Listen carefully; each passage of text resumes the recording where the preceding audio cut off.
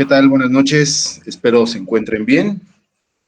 Mi nombre es Yair Hernández, ingeniero en comunicaciones y electrónica, y por parte de Paragon Robotics, quizás nos hayan escuchado o nos hayan visto en el Talent Land de Jalisco o en redes sociales.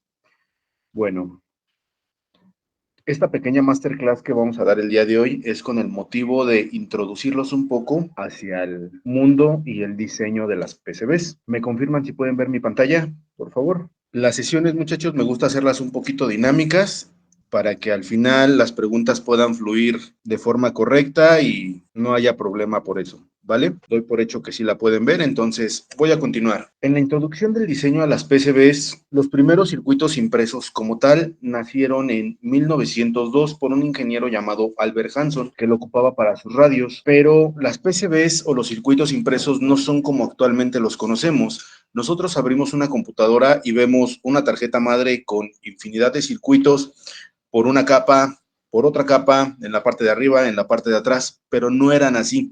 Anteriormente, ¿cómo se las imaginan, muchachos? ¿Qué es lo que hacía la facilidad para los circuitos? ¿Cómo se lo imaginan? ¿Alguno? ¿Nadie? Bueno, las primeras PCBs como tal eran tablas de madera en la cual atravesaban los cables. No había dispositivos electrónicos, simplemente era para tratar de evitar los cortos en nuestras PCBs. Y con el paso de los años se empezó a hacer la miniaturización de los componentes hasta lo que hoy conocemos, nuestros dispositivos electrónicos y nuestras famosas PCBs o tarjetas madre. Y después de esto empezamos a ver que la tecnología avanza, componentes THT, True Hole Technology. Me imagino que varios de ustedes han trabajado con este tipo de tecnología. ¿Cuál es? Quizás no la conocen, quizás sí. True Hole Technology son todos aquellos componentes que tienen dos terminales en las cuales van a atravesar, perdón, dos o más componentes en los cuales van a atravesar nuestra PCB. De todos ustedes, muchachos, cuéntenme, ¿cuál de todos estos dispositivos eléctricos han ocupado? Recordemos, no son electrónicos, son eléctricos, capacitores, inductores y resistores. Pues más que nada las resistencias y los capacitores los utilizo mucho en mi universidad. Ok, perfecto. ¿Alguien más, muchachos? Igualmente en la universidad, en las prácticas, las resistencias y capacitores. Perfecto. Entonces, por lo que me puedo dar cuenta, todos estos componentes ya los conocen, seguramente ya los quemaron, los hicieron explotar si los pusieron al revés, o incluso unos de estos, cuando eran pequeños, los llegaron a morder porque pensaban que era un chicle. Estoy seguro. ¿Por qué? Porque a mí me pasó. Y componentes de este tipo ya, componentes semiconductores, ¿cuál de todos estos muchachos no han visto físicamente? ¿Cuáles no han trabajado? El grande de la izquierda, El ese del nunca capuchino. lo había visto. ¿Ok? ¿Qué se imaginan que pueda hacer? ¿Un diodo? ¿Un diodo? ¿Qué más? Hay componentes semiconductores de potencia que tal vez aún no conocen o ya conocen o los han trabajado que se llaman tiristores, triacs, SCRs. Este podría ser uno de esos casos. Este tipo de dispositivos, muchachos, no lo podemos colocar en una PCB. Si se dan cuenta, lleva terminales y un tornillo, o sea que las corrientes y los voltajes que maneja son muy altos, de extremo peligro. ¿Y qué aplicación le pueden ver? ¿En dónde se lo pueden imaginar? En algo con un control trifásico. Ok, una de las ¿Un grandes... transformador? Ok, un transformador me suena razonable. ¿Transformadores de cuáles? ¿De los de luz que van en los postes? Sí. Ahí no los he visto, pero una de las aplicaciones en donde sí están, muchachos, aquí en la Ciudad de México, en el metro de la ciudad, en donde hacen toda la revisión de los trenes en los talleres internamente, ya en la rectificación para poder hacer trabajar el motor, cuentan con este tipo de diodos. En el metro de la ciudad se trabaja alrededor de 700 amperes dentro de las vías. Entonces son corrientes bastante elevadas. Un dispositivo que ocupamos para una fuente jamás nos va a aguantar. Necesitamos dispositivos de alta potencia. ¿Ok? Y de los demás muchachos, ¿cuáles han trabajado? ¿Cuáles les ponen el dedo y siguen funcionando? ¿O cuáles dejan de funcionar? Pues transistores y diodos a pequeña escala, como se alcanzan a ver. Ok, bueno, como sabemos, tenemos transistores de distintos tipos, BJT, tenemos MOSFETs, en su gran mayoría, ¿qué es lo que se ocupa? Tenemos amplificadores de audio, como es el que está en el centro, en la parte superior, o los pequeños puentes de diodos. Tenemos electrónica que es para consumo general. Tenemos electrónica de potencia, que en un caso de potencia, media potencia, puedo llamar este transistor, que parece tipo corcholata, vulgarmente así se le conoce. Y tenemos el famoso BC547, pero de grado militar. ¿Habían escuchado eso? Dispositivos electrónicos de grado militar. No. Ok. Existen dispositivos de grado militar, grado médico, grado automotriz. ¿Qué otros se les puede imaginar? Grado aeronáutico. Así es, grado aeroespacial. Principalmente estos son los 4 rangos que se divide la electrónica y vamos a agregar el de consumo general, ¿sale? ¿Y cómo vamos a identificar qué dispositivo voy a seleccionar adecuado para mi diseño electrónico? Esa pregunta la dejo al aire mientras vayan pensando qué me podrían responder. Componentes SMT Surface Mount Technology. ¿Habían escuchado esta tecnología? ¿La han trabajado? Sí. Ok. ¿Y qué tan complejo ha sido trabajar con ella? Si es manual, sí es un poquito complejo. Ok, es muy complejo, ¿verdad? ¿Cuál es la diferencia del True Hole? La principal diferencia entre el True Hole y el Surface Technology. ¿Cómo puedo saber en qué diseño voy a ocupar una tecnología y dónde voy a ocupar la otra? ¿Cuál es la principal diferencia? Piensen, vamos a diseñar una lámpara de LEDs, pero va a ir para luminaria que va en la calle. ¿Qué tipo de tecnología voy a ocupar? La principal diferencia, muchachos, sería la potencia. ¿Cuánta corriente va a circular a través de mi PCB? ¿Y qué tipo de PCB voy a ocupar? Si va a ser un circuito con material FR4, que es fibra de vidrio, o voy a ocupar aluminio. Principalmente, un tip que les paso rápido, para la iluminación se ocupan componentes SMT. Ahora, para la fuente de poder, donde va a fluir demasiada corriente y es una PCB que se va a calentar bastante. ¿Qué tipo de tecnología ocuparían? True Hole. SMT, True Hole. Así es. True Hole. Así es. ¿Debido a qué? A las potencias que se van a manejar. Esa es la principal diferencia. Tenemos componentes, resistores, capacitores e inductores en esta tecnología. ¿Cómo los empezamos a diferenciar? Por lo general, los resistores, en ciertos encapsulados, logramos ver lo que viene siendo el valor del resistor, así como en las resistencias de colores, en las True Hole, que vienen las banditas marcadas, aquí viene marcado por un código de números. Hay encapsulados en un número bastante pequeño, que es el caso del 0402, en el cual el número o el valor es muy pequeño, en el cual ya no se puede observar. ¿Cómo lo medimos? Mediante un multímetro. Hay componentes 0603, 0805, 1206, en el cual la matrícula puede ser grabada a la perfección. En el tema de los capacitores es lo mismo, son las mismas dimensiones. En el tema de los inductores, ingeniero Yair, ¿cómo puedo distinguir un inductor contra un resistor? Si nos damos cuenta, podemos ver que el cuerpo del componente es mucho más ancho, el del inductor, debido al embobinado interno que trae, al del resistor. Si se logra ver la diferencia, otra de las diferencias importantes es de que no lleva matrícula, no lleva ningún enumerado del valor al que corresponde. Tenemos inductores de tipo Choc, inductores para radiofrecuencia, otro tipo Choc, resistores de potencia, LEDs de encapsulado 50-50 y en la imagen de acá abajo, si se dan cuenta, aparece un dedo y distintos componentes. ¿Creen que sean capaces de soldarlos a mano, muchachos, o esto ya lo hace una máquina? No soldó bien ni los True Hole, entonces soldar eso a mano como que no. ¿No te da confianza? Ok, existen técnicas para poder hacerlo y se hace a mano. ¿Es posible? Sí se puede. ¿Se necesita práctica? Sí, mucha y bastante. Y seguramente han visto otro tipo de resistores o inductores. Este tipo de encapsulado, muchachos, ¿lo han visto que parece un pequeño barril? Este tipo de encapsulado se llama tipo MELF, es encapsulado de barril o de cristal. En sus diseños que empiecen a hacer actualmente, muchachos, queda totalmente prohibido utilizar este componente. Vamos a pensar un poco más de que ya no vamos a ensamblar una tarjeta a mano, sino lo va a hacer una maquinaria en el cual llega una aguja a tomar el componente y por succión lo va a tomar. Todos nuestros componentes que son planos los va a succionar sin problemas. Este que tiene un cuerpo redondo, ¿creen que es fácil colocarlo? No. Ok, ese es uno de los primeros problemas. El segundo, al momento de que lo colocan y va pasando por la banda metálica, el componente, existe un movimiento. Recuerden, es un barril. Si hay un ligero movimiento que no está contemplado, ¿qué le va a pasar al componente? se va a mover y puede hacer todo un desastre en nuestra PCB. Entonces, tenemos dos razones muy grandes por la cual ya no colocarlo. Este componente ya no existe para ustedes de ahora en adelante. Y de todos estos muchachos, ¿cuáles han visto? ¿Cuáles han soldado? ¿Cuáles ya echaron a perder? Ni uno, y todos son tipo microchip y placas. Yo he visto, pero son los cuadraditos. Soldaron El, la tarjeta. el Atmega, el Arduino y el STM32. ¿Ok?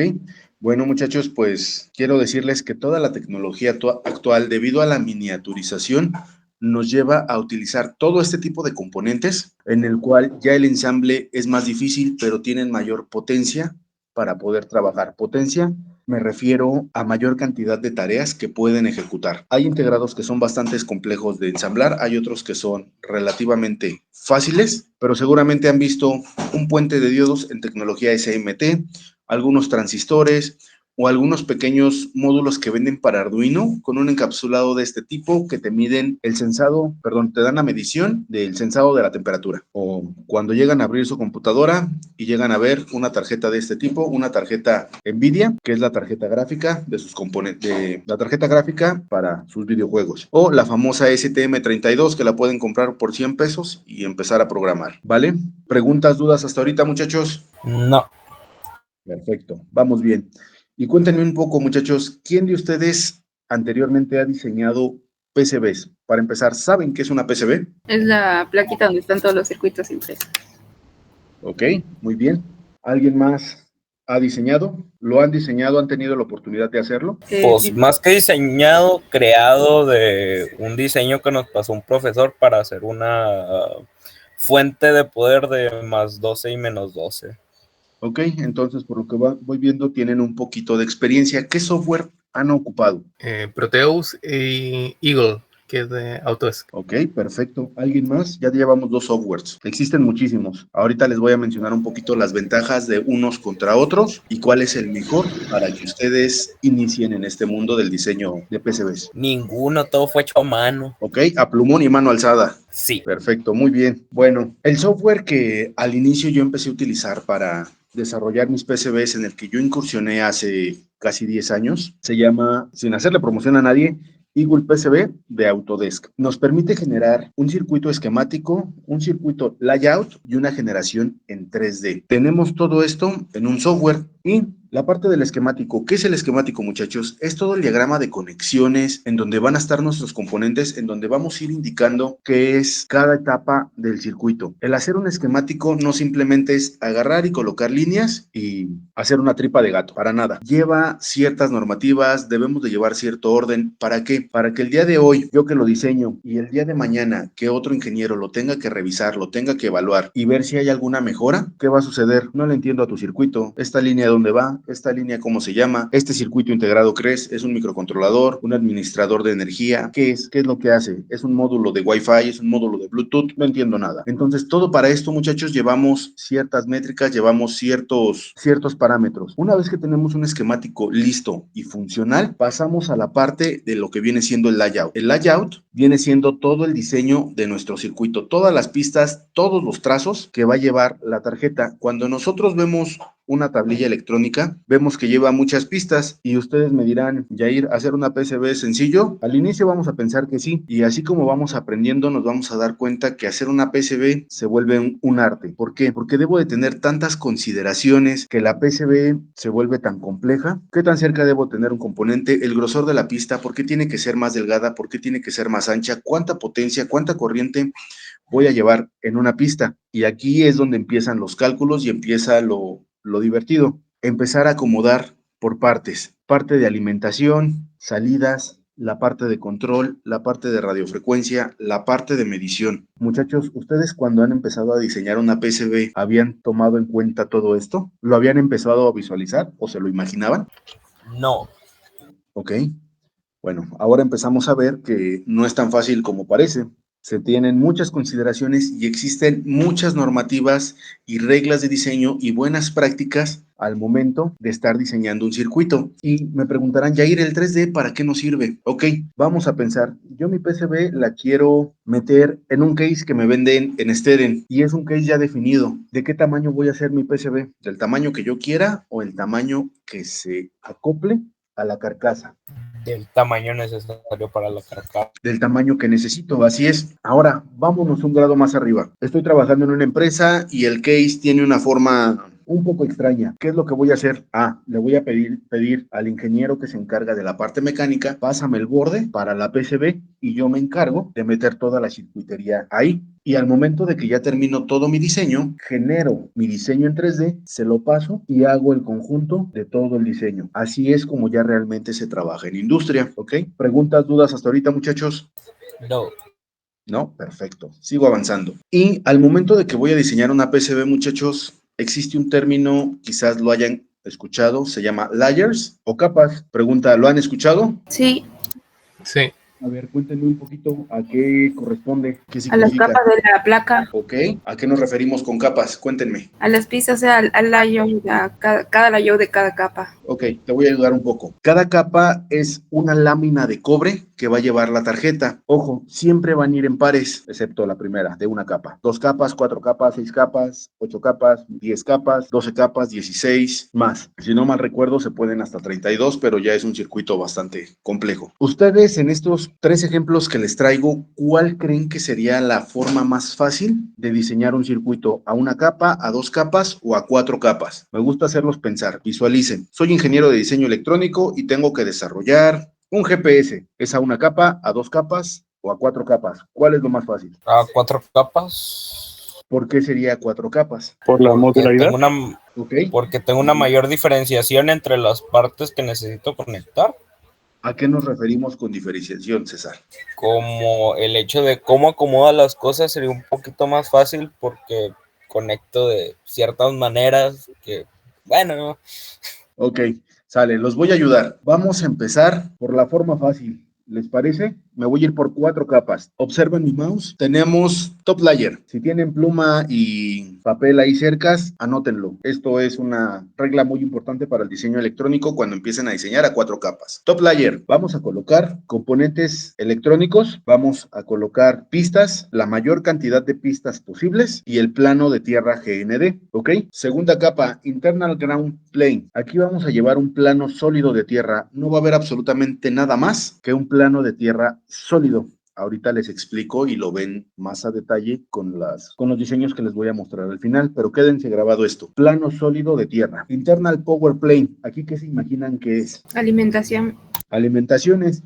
Puedo poner 5 volts, 3.3 volts, 12 volts, 24 volts y todo rodeado con un plano de tierra. Igual ahí pónganle un asterisco para que al final de la sesión se los muestre y quede totalmente claro. Bottom layer, voy a colocar únicamente plano de tierra y pistas de señal. Pistas me refiero a todo lo que va a interconectar los circuitos, ¿ok? Entonces, si nos damos cuenta, tenemos distribuido de distinta forma toda la PCB. Ahora nos vamos a 2 capas, quitamos las 2 capas internas, quitamos alimentación y un plano de tierra. ¿Qué hacemos con ese plano de alimentación? ¿A dónde lo mandamos? Si ya no tenemos una capa específica para él, ¿a dónde lo mandamos? A una de las capas que tenemos, a la de abajo, por ejemplo. ¿Ok? En este caso, siempre se va a mandar a la top layer, a la capa que va arriba. Entonces, ahora en la capa top vamos a tener componentes electrónicos, plano de tierra, pistas de señal. Sumamos ahora toda la alimentación. En ocasiones es difícil poner un plano, entonces van a ser pistas de alimentación. En la parte bottom seguimos teniendo lo que vienen siendo únicamente el plano de tierra y algunas señales. ¿Sale? Ya se puso un poquito más difícil. Ahora, si nos vamos a una sola capa, ¿qué debemos de tener ahí? Todo.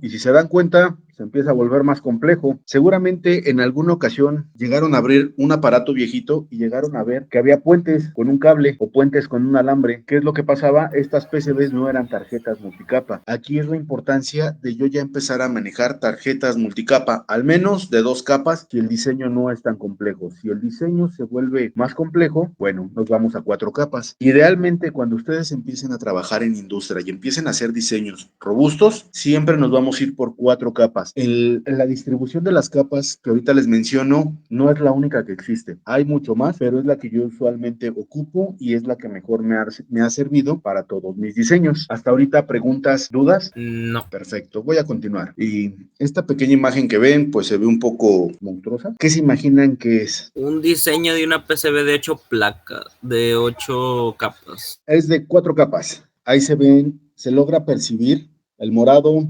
el color azul, lo voy a llamar, verde, y lo que se ve hasta arriba son las 4 capas. Entonces tenemos una PCB de 4 capas.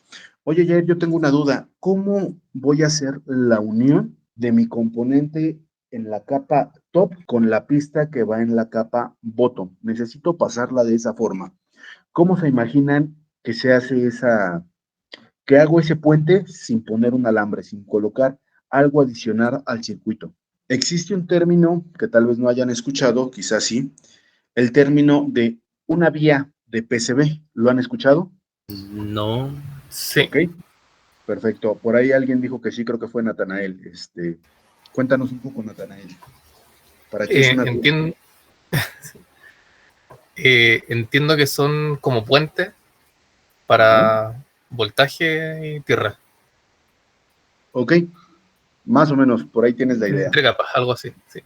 Como tal, lo que hace es, una vía es atravesar de nuestra PCB de una cara hasta la otra cara, uniendo la señal. Esta es nuestra PCB, muchachos. Es un corte de la PCB que se le hace y tenemos algo que se llama True Hole. El True Hole, vía True Hole, atraviesa desde el top hasta el bottom. No importa cuántas capas tengamos, sino va a atravesar de un lado hasta el otro. Oye, Yair, pero si yo no quiero llegar hasta abajo, hasta la última capa, ok, existe algo que se llama vía ciega. La vía ciega solo te va a llevar de la capa 1 en este caso, a la capa 2 si es que lo necesitas, o a la capa 3. Oye, Jair, pero lo que yo necesito unir no está ni en la capa 1 ni en la capa 4, está en las capas intermedias. Ok, hay algo que se llaman vías enterradas. Estas vías enterradas son un problema, no las utilicen, porque no tenemos forma de inspeccionarlas. Hacen la misma función, unimos de una capa interna a otra capa interna, ¿ok? Preguntas, dudas. Bueno, voy a regresar con la presentación y cuando ustedes empiezan a mandar a fabricar PCBs, hay un término muy importante, el solder mask, y muchos dicen el color de la PCB. Cuando mandan a fabricar, seguramente será con los chinitos, nuestros amigos chinitos, manejan distintos colores, principalmente azul, verde, que es la más común, rojo, blanco, amarillo, color negro, algunos en color naranja, y creo que últimamente está de moda el color, un estilo rosa, fuchsia más o menos, guinda, vamos a llamarlo. ¿Y para qué sirve esto? Nos ayuda a darle una protección a la PCB para que no se oxide. Ustedes cuando abren un aparato ven el color de la PCB. En algunos lugares se ocupa para definir en qué versión del producto va. Versión 1, versión 2. Esta ya es una etapa productiva, entonces ya tenemos que elegir un buen color, un verde en este caso, vamos a llamarlo así. Quizás un rojo para el primer prototipo, un rojo, se ve feo. ¿Preguntas, dudas hasta aquí, muchachos? No. Perfecto. Seal screen, aquí es algo bastante importante, ¿no? Realmente todos los detalles en la PCB son importantes. ¿Qué es el seal screen? Es toda aquella mascarilla que nos va a identificar la posición de un componente, la polaridad de un componente, ya sea un diodo, un capacitor, el nombre del componente, el logo de su empresa o alguna figura que deban de poner representativa, como el que tengo en esa imagen. Y en la parte de acá abajo nos indica la marca de polaridad del capacitor, del diodo, incluso hasta los valores. Eso no es recomendable porque se pueden fusilar su circuito o su diseño. Aquí hay algo importante que me gusta recalcar. ¿Ustedes sabían, muchachos, que se pueden diseñar antenas con una PCB, con un circuito, con unos cuantos trazos de cobre? Y ahí como que una antena como la que veo del Sky o la del Dish. Sí, es posible. No con tanta potencia, pero sí es posible. ¿Cómo se forma? ¿Saben? ¿Lo han escuchado? No. Haciendo un embobinado. Ok, esa es una forma. Y en ese embobinado tenemos normalmente ángulos de 90 grados. ¿Lo han visto? No. ¿No? Ok, agárrense para lo que les voy a decir. Y esto sí es real. Para formar una antena en PCB, todo aquel trazo que forme un ángulo de 90 grados o menor se considera una antena. Oye, Jair, ¿cómo es eso? ¿Qué es lo que sucede? Al momento de que nosotros generamos un ángulo de 90 grados o menor, se genera un cambio de impedancia en la misma pista. ¿Y qué es lo que sucede? Se empieza a radiar electrones y esos electrones empiezan o pueden hacer un intercambio de información. Si les va bien, pueden sintonizar una estación de radio, si les va bien. Si les va mal, pues mucha interferencia electromagnética. ¿Han visto, muchachos, o conocen el famoso módulo SP32, el de Wi-Fi y Bluetooth para Arduino? ¿O lo han visto? Sí, sí, lo conozco. Ok, Sí, creo que lo utilizamos en la escuela.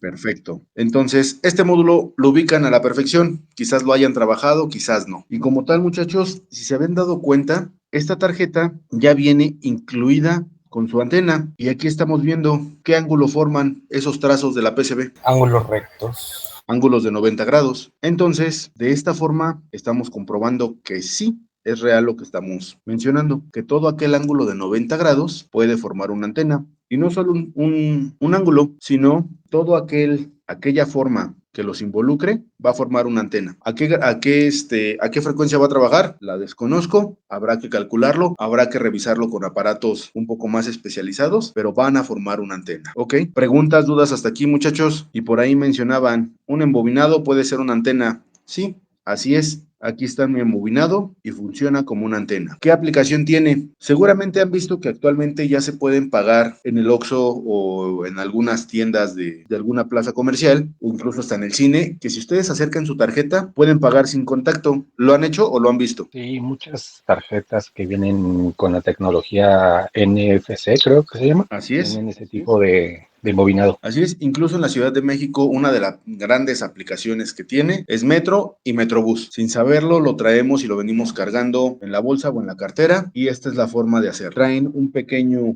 PCB en su bolsa. ¿Sabían eso, muchachos? No, Se empieza a volver interesante, ¿no? en efecto. Muy bien. Ahora, muchachos, ya que les di un poquito de bastante información teórica, dirán, oye, Jair, yo quiero ver circuitos, ¿cómo los haces? ¿Cómo quedan? ¿Cuál es el proceso para hacer un circuito? El primero, muchachos, ¿qué se imaginan que sea? ¿De qué le ven forma? De algo que funciona.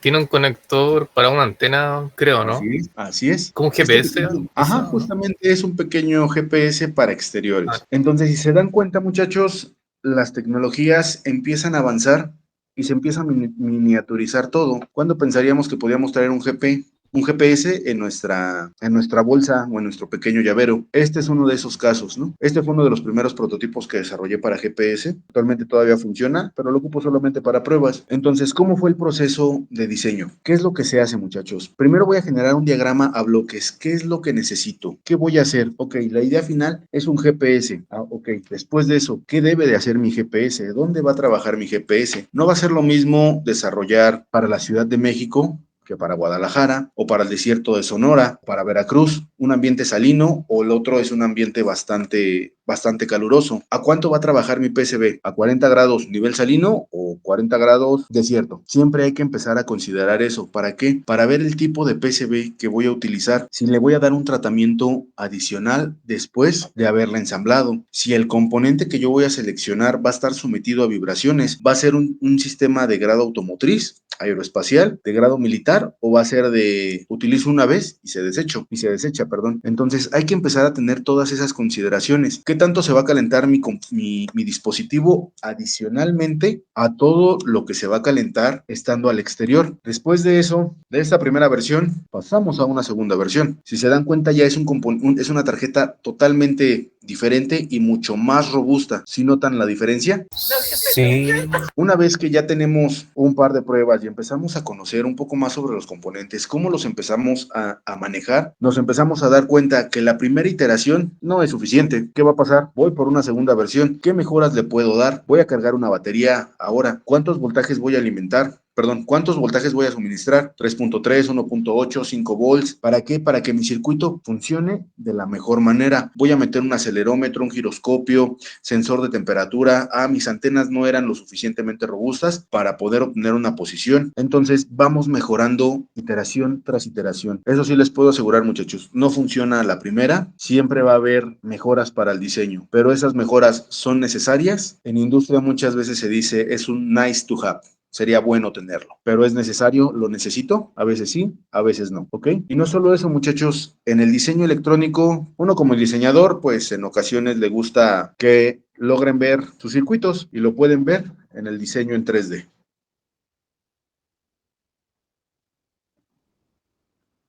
¿Habían visto que esto era posible, muchachos?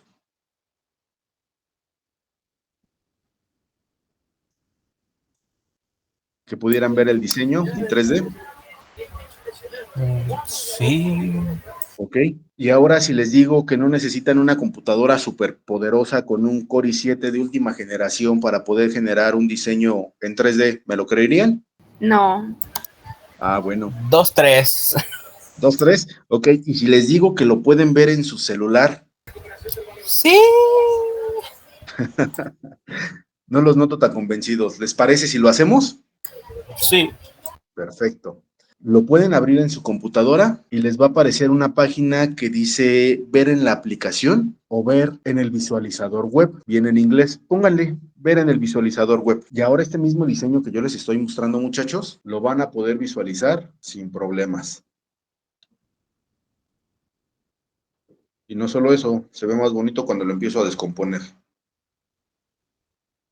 Hacer la explosión de toda la tarjeta. Ver todo lo que tiene, ver lo que la compone. ¿Qué les parece, muchachos? ¿Cómo se ve? Con madres. Entonces, creo que les está gustando, eso es bueno. Tiene 2 capas, ¿verdad?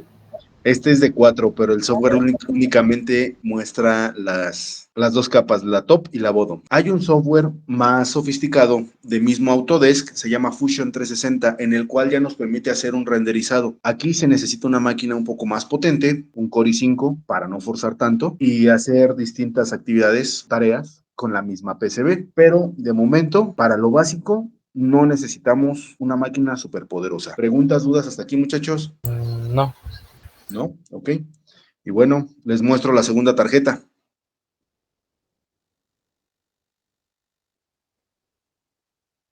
¿Qué les parece? ¿Alguien de ustedes la pudo abrir en el celular? ¿Lo pudo ver en el teléfono? Sí, yo lo estoy viendo en el teléfono. Ok. ¿Y qué tal se ve? Bastante fluido. ¿Sí? Una única pregunta es, ¿también se Claro. puede editar, diseñar desde el propio navegador o necesitas la aplicación? No, en el navegador es únicamente para visualizar. Aquí no podemos diseñar nada. En una de las empresas que trabajé, tuve la oportunidad de, digamos que aquí fue mi auge para empezar a diseñar PCBs un poquito más, ¿no? Digamos que esta fue la primer PCB que me dio pauta a mejorar mis diseños y continuar con mi diseño electrónico. Este fue mi primer GPS, no es el mejor, pero fue el que me sigue dando de comer, ¿no? Seguramente o quizás han escuchado de una tecnología llamada LoRa. Si no la conocen, búsquenla, así como suena, LoRa, L-O-R-A, LoRa. Significa Long Range. Son dispositivos de radio de baja potencia que transmiten muy poca información y que tienen largo alcance y poco consumo. Una de estas tarjetas alcanzaba a transmitir en ciudad hasta 2 kilómetros. Entonces, se imaginan estar en su rancho, quieren monitorear su sembradío de zanahorias y ver la humedad y no quieres gastar tiempo en ir y venir porque te quita un par de horas de tu día y eso lo tienes que hacer 3 veces al día. Entonces, puedo diseñar un radio LoRa en el cual me pueda estar comunicando cada determinado tiempo, cada hora la humedad. ¿Le hace falta humedad? ¿Qué va a pasar? Pues con un controlador que puedo conectar en mis headers, le voy a indicar que abra la válvula del agua por determinado tiempo y listo. Y no solo eso, voy a saber la posición, la ubicación de cuál es al que le hace falta o a qué sector le hace falta humedad. Y esta solución, así como esta, pueden ocurrir muchas más, muchachos. Claro, primera versión, siempre va a existir una segunda y va a haber mejoras. Aquí está la segunda, muchos sensores más integrados dentro de la PCB, ya cargabas una batería y el sistema se empezaba a volver más autónomo. ¿Qué les parece, muchachos? ¿Les agrada? ¿Les gusta? ¿Les causa inquietud? Sí. Ok, eso es bueno. Y no solo eso, pues también tenemos su diseño en 3D. Es exactamente lo mismo. Se vuelve interesante, se vuelve más emocionante cuando ustedes llegan y lo muestran en la junta y todos así de, wow, ¿cómo lo hizo? ¿Quién sabe? Lo hizo el software. Yo solo lo diseñé. Si se empiezan a dar cuenta, cada circuito que les muestro empieza a ser más pequeño, empieza a ser más compacto y con mayor funcionalidad. Este es un dispositivo, muchachos, de grado médico que tiene la posibilidad de censar las señales musculares. Las señales musculares me refiero no al corazón. Este es un aparato que se llama electromiógrafo. Te mide señales musculares. Tú al generar la contracción del músculo vas a ver toda la perturbación que genera el músculo. Obvio, tiene señales ruidosas que vienen del ambiente. Se encarga de hacer toda la adecuación para entregarte una señal limpia. ¿Qué aplicación le darían, muchachos? Ustedes ya la están colocando en su brazo y están viendo que al mover los dedos se muestra una señal. ¿Qué harían con esa señal? Imagínenselo. Pasarla a una base de datos. ¿Ok? ¿Qué más? Podríamos También hacer se un suelen, análisis. Ajá, adelante, adelante. ¿Qué idea se les ocurre, muchachos? Por ahí dijeron, pasarlo a una base de datos. Ok, vamos a recopilar toda esa información, se lo vamos a pasar al científico de datos y que analice el comportamiento de cada músculo. Ya que tenemos el comportamiento de cada músculo, podemos detectar alguna anomalía en alguna persona. Oye, ¿sabes qué? Se está portando diferente a las personas de distintos rangos que tienen de 20 a 25 años. Vete a checar porque quizás tengas una enfermedad o tengas algún problema o tengas desgarrado un músculo. Esa puede ser una aplicación. ¿Qué otra aplicación le pueden dar? también se suele utilizar para diseñar y controlar prótesis. Exacto, esa es una de las principales que se ocupa para diseñar una prótesis. Se imaginan, llegan a ver en la calle a una persona sin una extremidad y luego piensan, ¿cómo le puedo ayudar, no? Ah, pero yo soy ingeniero y tengo un electromiógrafo y lo sé hacer, lo sé programar. ¿Puedo hacer una prótesis? ¿Es posible? Claro que es posible. Entonces, si se dan cuenta con un problema, podemos darle una solución a muchas personas. No solo veámoslo por la parte electrónica, sino por la solución final y qué tanto puede aportar. Otra de las grandes aplicaciones que se tiene y en la que se ha llegado a aplicar y lo he llegado a aplicar para los dentistas, y a ir como para un dentista. Sí, se coloca en la cara para detectar la mordida, de qué lado puedes morder más duro que del otro para que el maxilofascista te pueda hacer la cirugía y acomodarte la quijada. Y así como esas hay muchísimas más aplicaciones que se pueden dar. Y bueno, ese fue el ensamble, muy parecido a lo que es el diseño en 3D. Fue soldado a mano y sigue funcionando. ¿Preguntas, dudas hasta aquí, muchachos? Ahorita. ¿A mano? A mano, exacto. Voy a continuar con la siguiente. Yo Aquí. tengo una pregunta. Sí, adelante. ¿Cómo cuánto le costó agarrar todos los componentes y juntarlos? O sea, de tiempo y costo. Tiempo y costo, bueno, ahí depende mucho de los circuitos integrados que ocupes. Por ejemplo, aquí el amplificador de instrumentación, vale 600 pesos, si es caro. Hay integrados que me cuestan 50 pesos, 60, 80, o hay algunos que pido como muestra gratis y me los llegan a mandar. En cuestión a tiempo, si tienes las herramientas adecuadas para poderlo ensamblar, es fácil. Ahorita les voy a mencionar unas de las cuantas herramientas pueden ocupar y ya no lo vean como un gasto, hay que verlo como una inversión para futura práctica y les va a ayudar bastante. Cuando lleguen a un trabajo y les digan, ¿sabes soldar ponentes SMT? Sí, lo sé hacer porque ya practiqué en casa. Quemé muchos, pero lo sé hacer. Y en tiempo, si no mal recuerdo, esta tarjeta me tardé alrededor de 8 horas en poderla ensamblar. En costo, si no mal recuerdo, fueron como 1,200 ya mandando a fabricar las PCBs. Hay técnicas para mandarlas a fabricar de cierto modo que tengas una mayor cantidad de PCBs con el menor costo posible. En la siguiente imagen es un pequeño amplificador de audio para estudio. En este amplificador lo querían para un estudio en el cual querían escuchar incluso hasta cuando rasguñaban una mesa con las uñas. Tiene mucha ganancia, son 80 decibeles de ganancia, es una ganancia bastante fuerte. Este fue el primer prototipo. La ganancia podría mejorar si los componentes fueran SMT. ¿Qué es lo que sucede al colocar componentes Through-Hole? Tenemos parámetros parásitos que vienen siendo resistencias, inductancias y capacitancias. Toda pista tiene esos 3 parámetros. Todavía o todo orificio en la PCB tiene esos parámetros. ¿Los podemos eliminar al 100%? No. ¿Los podemos reducir? Sí, para tener un mejor performance de nuestro circuito. Y este circuito pues también fue armado y así es como se ve. ¿Qué les parece, muchachos? Bastante bonito. Se ven bonitos, claro, también me gustó, por eso me lo quedé. Y este diseño, muchachos, cuando hice mi electromiógrafo, conocí un doctor, un investigador, en el cual basé el mío, y me dijo, Yair, pues haces buenos diseños. diséñame el mío. Este fue su diseño. Es una tarjeta igual, bastante robusta, hace muchas más cosas que el mío. Tiene la capacidad de conectarle hasta un microcontrolador, pero hace exactamente lo mismo, simplemente que más canales. Y así es como se ve el diseño ya ensamblado. Si se empiezan a dar cuenta, muchachos, lo que les muestro ya no es un protoboard, ya son tarjetas de grado industrial que ustedes han visto quizás en un celular, en un televisor, en su misma computadora cuando le cambian la RAM, en la misma tarjeta RAM. ¿Sí lo ven, muchachos? Sí. Que todo lo que hicieron en un software se puede volver realidad. Les muestro uno de mis últimos diseños. No debería hacerlo, pero lo estoy haciendo. No voy a mencionar qué es, pero qué tan difícil lo ven, muchachos. Se ve fácil, se ve complejo, se ve bonito. ¿Cómo lo ven? Se ve algo complejo. Sí. Se ve muy poblado, se ve con muchos componentes. Se ve como una mini ciudad.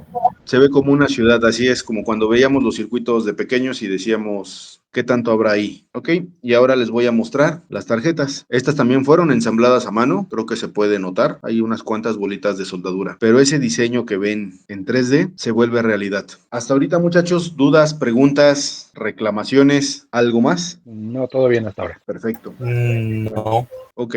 Ahora les voy a mostrar un poquito ya de lo que es un software un poco más avanzado. El software se llama Altium Designer. Es un software bastante costoso. No voy a dar precios ni detalles ahorita, simplemente es un software costoso. Y este software nos permite generar diseños bastante complejos. Incluso el mismo software nos permite generar nuestro diseño en 3D. Y del 3D puedo pasar al layout sin problemas.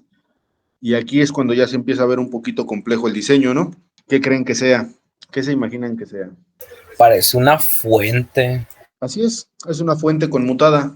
Y ahora les voy a mostrar, bueno, ya les mostré la parte del layout. Si se dan cuenta, hay distintos colores. Cada color representa algo. Color amarillo, toda la serigrafía, lo que viene siendo el silkscreen. Color rojo, todo lo que está en la capa top. Color azul, todo lo que está en la capa bottom. Y me puedo ir así diciéndoles capa por capa, pero va a ser mucha información de momento, entonces vamos a dejarlo así. Les voy a mostrar otra tarjeta, muchachos. Un pequeño microcontrolador. Esta tarjeta se ve más sencilla, ¿no? Pensaría yo. No se ve tan compleja. ¿Están de acuerdo?